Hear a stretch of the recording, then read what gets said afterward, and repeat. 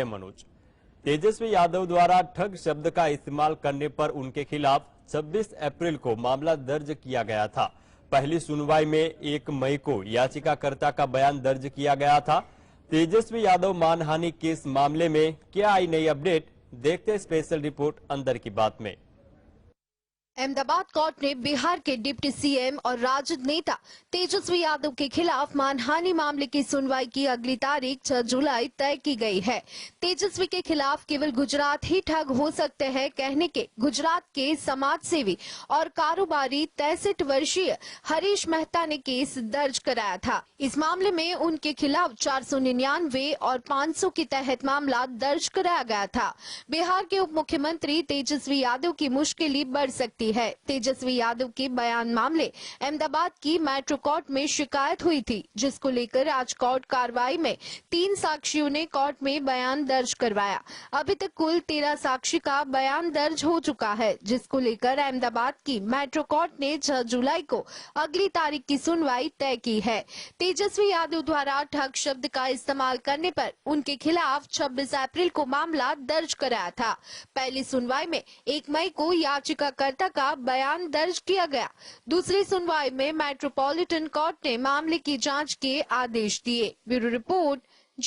देश में इन दिनों समान नागरिक संहिता पर बहस चल रही है। इसमें पक्ष और विपक्ष में तर्क वितर्क किए जा रहे हैं। पक्षकार इनके फायदे गिना रहे हैं, जब विरोध करने वाले की नजर इस पे देश के अंदर धार्मिक आजादी को खतरा बताया जा रहा है। क्या आदिवासियों की सुरक्षा के लिए कोई समान नागरिक संहिता नहीं? क्या कहते हैं विशेषज्ञ, देखते हैं रिपोर्ट अंदर की बात में।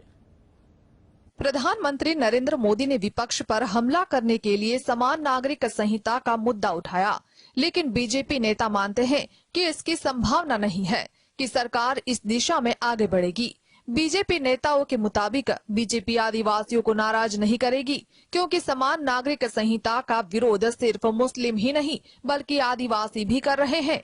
इस साल के अंत में मध्य प्रदेश, छत्तीसगढ़ और राजस्थान में विधानसभा चुनाव होने हैं। इन राज्यों में आदिवासियों की बड़ी मौजूदगी है, इसलिए बीजेपी इन्हें नाराज करने का जोखिम नहीं उठाएगी। आदिवासियों को आकर्षित करने का मुद्दा बीजेपी कांग्रेस को नहीं देगी।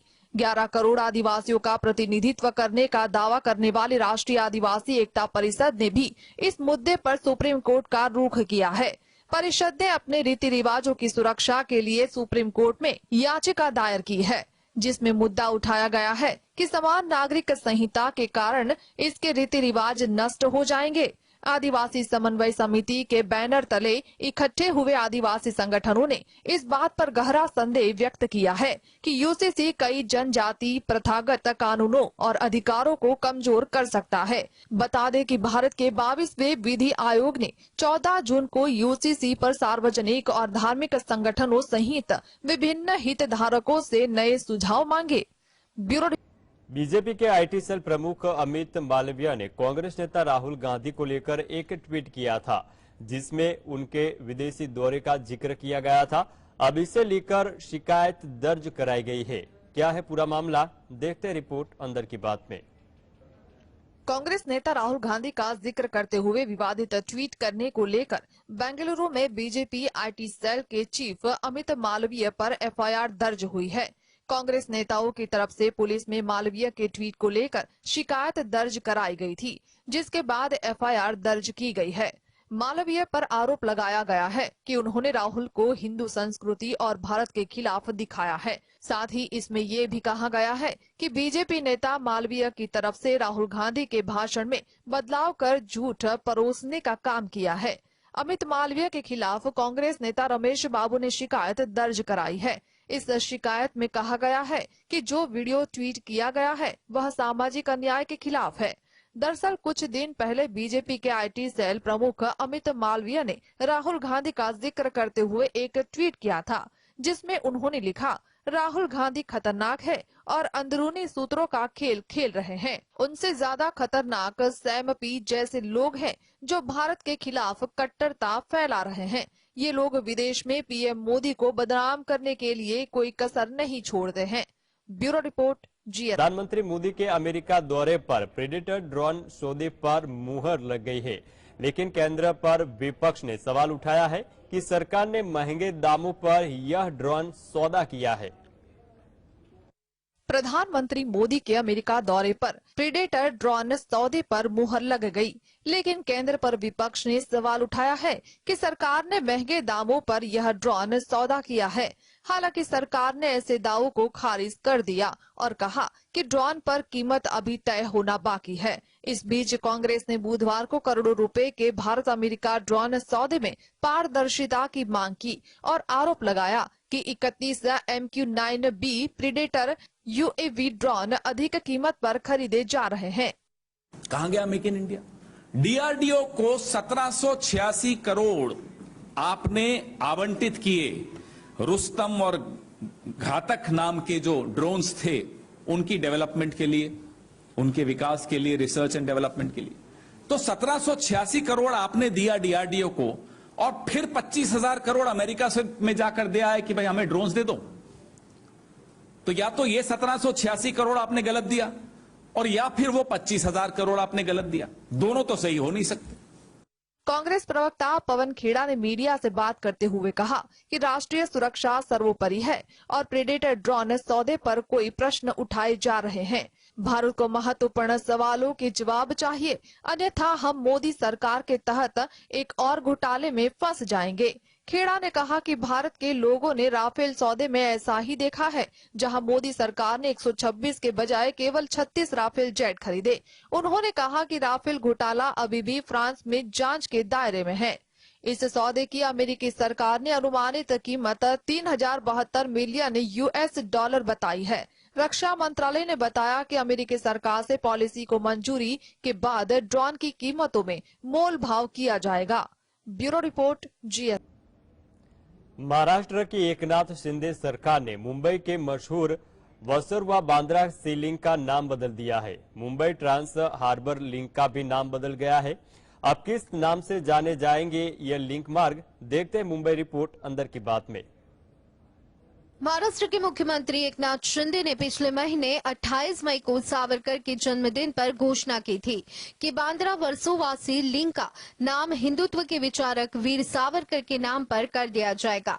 शिंदे ने यह भी कहा था कि केंद्र के वीरता पुरस्कार की तरह ही राज्य स्तरीय वीरता पुरस्कार का नाम भी स्वातंत्र्य वीर सावरकर के नाम पर रखा जाएगा। महाराष्ट्र की शिंदे सरकार ने बड़ा फैसला लेते हुए मुंबई के वर्सोवा बांद्रा से लिंक का नाम बदलकर वीर सावरकर सेतु कर दिया। वहीं मुंबई ट्रांस हार्बर लिंक का भी नाम बदल दिया गया। अब ये अटल बिहारी वाजपेयी स्मृति सेतु के नाम से जाना जाएगा। राज्य कैबिनेट की बैठक में इस पर फैसला लिया गया है। कैबिनेट की बैठक में महाराष्ट्र राज्य में 700 जगहों पर हिंदू हृदय सम्राट बाला साहेब ठाकरे क्लिनिक शुरू करने का भी फैसला किया गया। इसके लिए 210 करोड़ रुपए का प्रावधान भी किया है। 2 करोड़ हेल्थ कार्ड बांटे जाएंगे, जिसके तहत 5 लाख का हेल्थ कवर मिलेगा। संजय गांधी निराधार योजना और श्रवण बाल योजना की राशि 1000 रुपए से बढ़ाकर 1500 रुपए की गई है। इसके अलावा 40,000 करोड़ रुपए के निवेश प्रस्तावों को मंजूरी दी है। इससे 1,20,000 लोगों को रोजगार मिलेगा। Bureau report GS।